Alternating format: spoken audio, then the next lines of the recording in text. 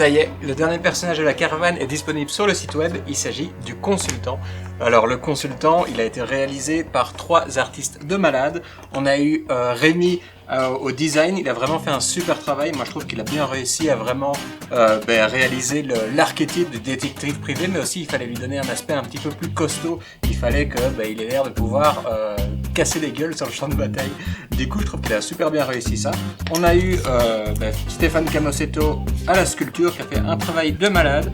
Et ce consultant, il n'arrive pas seul. J'ai dit qu'il n'y avait pas, mais non, c'est Matt Studio qui a réalisé la peinture. Enfin, c'est toujours Matt Studio qui fait les peintures parce qu'il a toujours ce style un peu plus à l'ancienne, un peu plus dans des dégradés un peu soignés, dans des couleurs un peu moins flashy mais plus travaillé, qui correspondent bien vraiment à l'univers un peu sombre de Warband. Même si là aussi on commence à pousser un petit peu les couleurs. Quand on regarde, on commence à faire quelque chose qui soit un tout petit peu plus fun.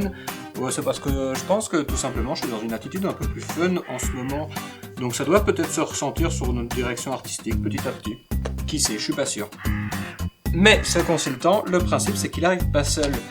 Comme vous avez pu le voir dans le titre, on est en train de pencher sur un nouveau projet. Alors c'est pas vraiment Warband 2 comme je l'indique sur le titre de la vidéo, mais bon, c'est un peu plus cool. Warband 2, ça donne plus envie, c'est plus intriguant, c'est plus putaclic comme diraient certains, mais c'est en fait un autre projet, une autre proposition dans le même univers. Donc on pourra toujours jouer à Warband, et ici je suis en train de préparer Cloud Harbor qui va se passer sur une deuxième arche, qu'on va pouvoir découvrir dans ce projet, et qui sera plus un espèce de jeu encore un petit peu plus rapide. On va retrouver des bases de Warband, mais on va vraiment être sur une autre proposition comme ça, avec les mêmes figurines. Vous pourrez jouer à Warband, mais vous pourrez aussi jouer à Cloud Harbor. Et pour ceux qui n'ont pas eu l'occasion de découvrir les chaînes à ce tout début, où on était vraiment en train de lancer Warband, ça va être l'occasion de redécouvrir un peu l'expérience du début, c'est-à-dire vraiment essayer de lancer un jeu à partir de rien. Enfin là, à partir de rien, on a quand même une belle gamme de disponibles, et c'est pour ça en fait que j'ai eu l'envie de lancer ce nouveau projet. C'est parce qu'on a déjà une gamme disponible, mais par contre on galère un peu quand il s'agit du matériel. J'ai donc envie de faire un projet qui cette fois va se concentrer uniquement sur le matériel, c'est-à-dire on va essayer de faire une belle boîte de démarrage pour 2 joueurs, et du coup on va essayer maintenant vraiment de faire des cartes, des dés, une boîte de démarrage et un plateau qui va pouvoir être achetable directement dans la boîte de départ et qu'on n'aura pas besoin d'imprimer. Là on est vraiment en fait sur le début du projet, on est même vraiment au tout début, c'est-à-dire que le jeu il est pas du tout complètement fini, on est sur un prototype avec encore plein de choses à régler. Comme c'est vraiment dans l'ADN de la chaîne de vous montrer vraiment un projet qui voit le jour à partir du début, je trouve ça cool de pouvoir réitérer l'expérience. Mais d'abord, il est temps de voir pourquoi est-ce qu'on doit recommencer un nouveau projet et pas simplement pousser Warband un petit peu plus loin. Bien sûr, il va s'agir d'expérience et de se dire est-ce qu'il n'y a pas une étape assez cool à réaliser avant de reprendre vraiment une deuxième édition de Warband.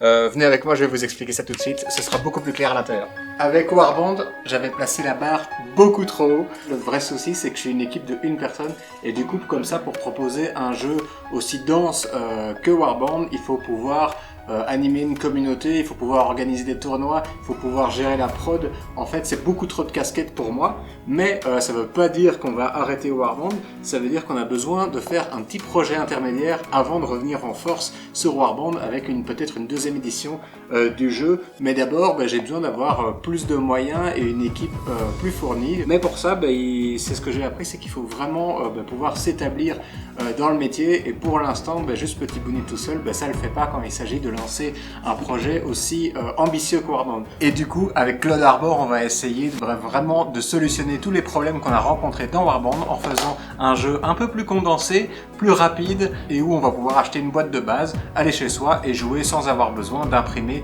et de collectionner plein de trucs. Et les solutions, en fait, il y a pas mal de solutions qui sont venues de Nexus Keeper, en faisant comme ça un petit jeu qui se déplie et où on peut arriver avec son petit champ de bataille et jouer contre les adversaires.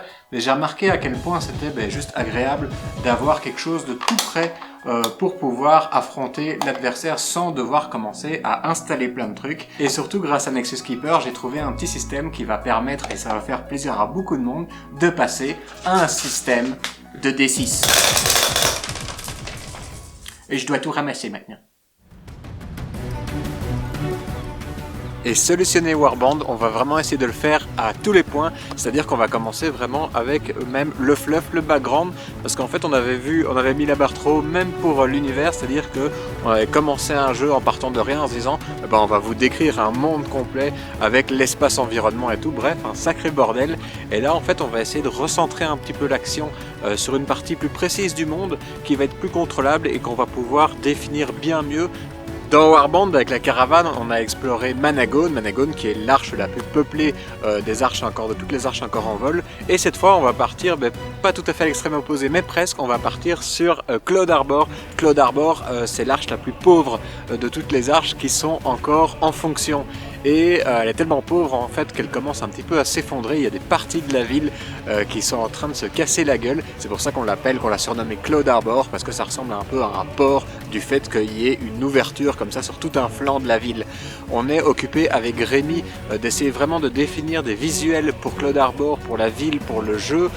Chose qu'on n'avait pas vraiment fait avec Warband parce que la tâche était peut-être un petit peu trop grande d'essayer de dépeindre tout un monde comme ça. Mais cette fois, comme on centre vraiment l'action sur une seule arche, eh bien, on va pouvoir vraiment faire plein de petites illustrations d'ambiance comme ça pour vous aider à vous projeter. Et puis ça va nous permettre peut-être, une fois maintenant qu'on a cette carte presque de la ville, de plonger dans chacun des quartiers et d'en faire vraiment des cartes détaillées et pouvoir implanter vraiment visuellement des guildes, des groupuscules, en fait tout pour vous permettre de vous dire moi, ma bande à moi, elle va faire partie de cette guilde existante, ou alors de créer la vôtre entièrement, mais en vous donnant comme ça des petits points de repère sur une carte, ce qui je pense est super important pour un jeu. Ça aide vraiment à pouvoir s'immerger dans le monde. Ces petites recherches graphiques, elles vont pouvoir être réutilisées dans un livre de règles, parce que oui, on essaye vraiment de combler toutes les lacunes de Warband, c'est-à-dire qu'il n'y avait pas de livre de règles et qu'on avait un PDF vraiment un petit peu juste pour les règles. Là, on va essayer de faire un bouquin un petit peu plus présentable, avec du fluff, avec des illus, et du coup, voilà, on commence déjà en amont à préparer tout ça, en ayant un maximum de matière pour le livre à venir. Et moi, pendant ce temps, forcément, j'ai commencé déjà à me pencher un petit peu sur ce qui pourrait être les règles de Cloud Harbor. Je vais vous expliquer ça. Hop, venez avec moi.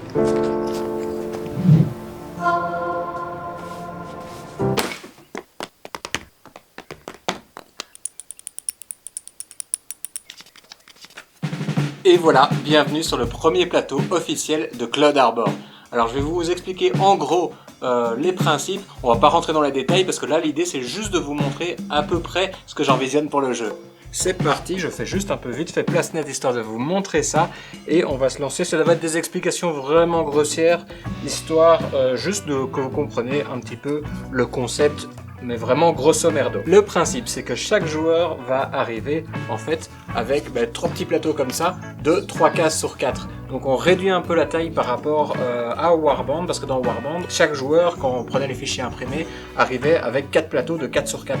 Donc un plateau de moins et une rangée de moins pour chaque plateau, ça va diminuer vraiment l'espace. Et alors le principe c'est que dans Cloud Harbor, on n'est pas simplement sur une arche ou sur la terre ferme sur Home, on est sur Cloud Harbor qui est vraiment un espèce de petit réseau de passerelles selon le quartier où on se trouve. Ça peut vraiment être un peu vertigineux et un peu bancal. Et du coup pour représenter ça, en fait chaque joueur va arriver comme ceci en plaçant à chaque fois un décor et un plateau sur la table. Ils vont les placer alternativement et ils peuvent vraiment les placer un petit peu comme ils veulent du moment qu'il y ait 2 cases de connectés.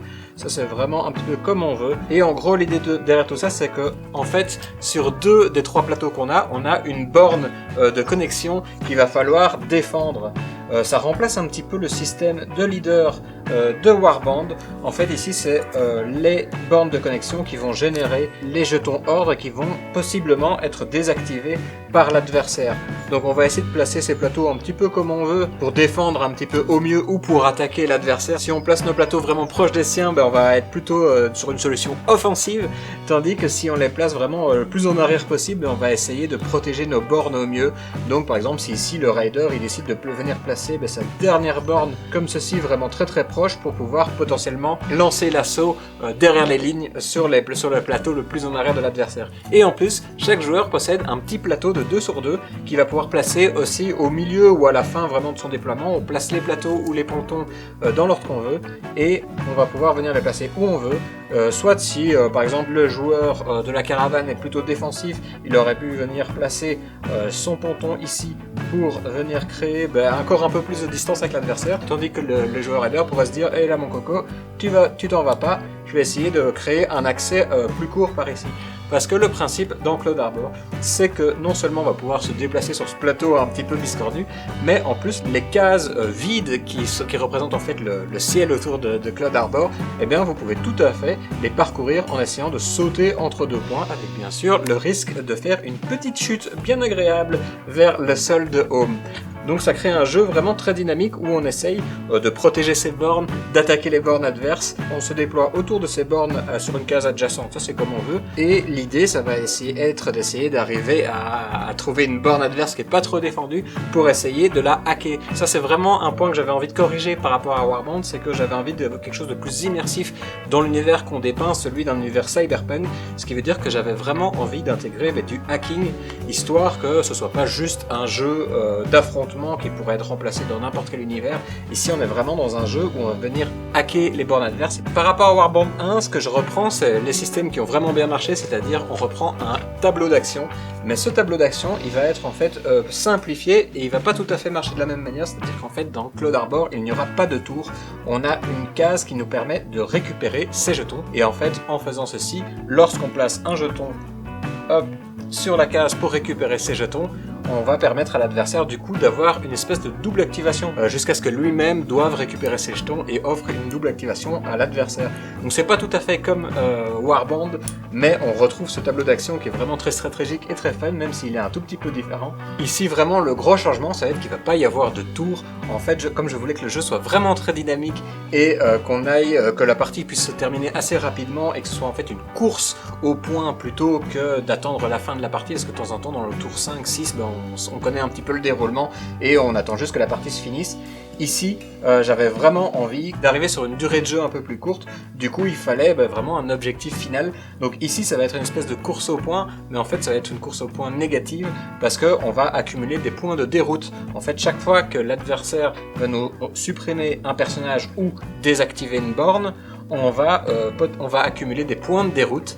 De ces points de déroute, ils seront piochés aléatoirement d'une valeur de 0 à 2, ce qui veut dire que de temps en temps on va nous éliminer un personnage et on peut piocher un 0 point de déroute, ce qui veut dire qu'en fait l'adversaire ne le sait pas mais ça change rien pour nous, le moral est toujours là. Ou alors on pourrait par exemple se faire désactiver une borne et piocher un gros 2 et du coup être très proche de la déroute, et du coup quand on a accumulé un certain nombre de points de déroute, on va annoncer à l'adversaire, félicitations, ma bande rentre chez moi, tu as gagné. Au cours des premiers playtests, j'ai remarqué qu'il fallait absolument que les points soient cachés, parce que sinon, si on sait que l'adversaire est à un point de la déroute, eh bien on fait vraiment plus attention à la stratégie, on fait plus attention à sa défense, et on focus les tirs sur quelqu'un, et ça gâche un petit peu la partie. Du coup il fallait que ça reste comme ça, caché, pour qu'il y ait toujours un petit peu de suspense. Voilà, je vais pas développer plus loin, parce que ça sert à rien d'entrer trop dans les détails, je voulais juste vous montrer le petit concept. Je vais peut-être faire une vidéo, ou bien peut-être même sur Twitch, dites-moi si jamais ça vous intéresse que je fasse peut-être un live sur Twitch où j'explique un petit peu les règles du jeu. Ce serait peut-être plus agréable sur Twitch où on peut un petit peu en discuter, où j'essayerai de trouver un moyen pour mettre le chat sur le côté. Voilà, dites-moi en commentaire si ça vous intéresse. Et moi de toute façon, je continue à bosser dessus. Il y a encore plein de choses que je dois solutionner, par exemple le fait de pousser l'adversaire, pour l'instant c'est un peu trop violent. Comme Cloud Harbor, c'est très difficile de venir mettre des dégâts à l'adversaire, le fait de pouvoir pousser quelqu'un dans le vide et simplement l'éliminer, c'est extrêmement punitif et ça peut être extrêmement stressant. Mais pas de panique, j'ai pour l'instant pas mal de pieds de piste, il faut juste que je trouve encore la bonne solution.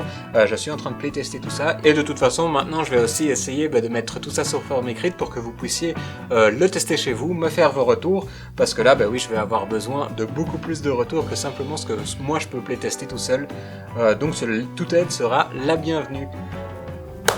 Voilà, c'est tout pour aujourd'hui, j'espère que vous êtes aussi bouillant que moi pour tout ce qui arrive. N'hésitez pas à faire un petit tour sur la boutique, puisque le consultant est là, ça veut dire aussi que maintenant on a toute la faction de la caravane qui est disponible à l'achat immédiatement en gros bundle. Tous vos achats du coup là ça va vraiment m'aider pour la suite, parce que je suis en train d'investir comme un gros taré sur tout ce qui va arriver au niveau de Warband, Cloud Harbor et Nexus Keeper. Donc voilà, votre aide est vraiment plus qu'appréciée, et sur ce je vous dis à très bientôt, ciao ciao.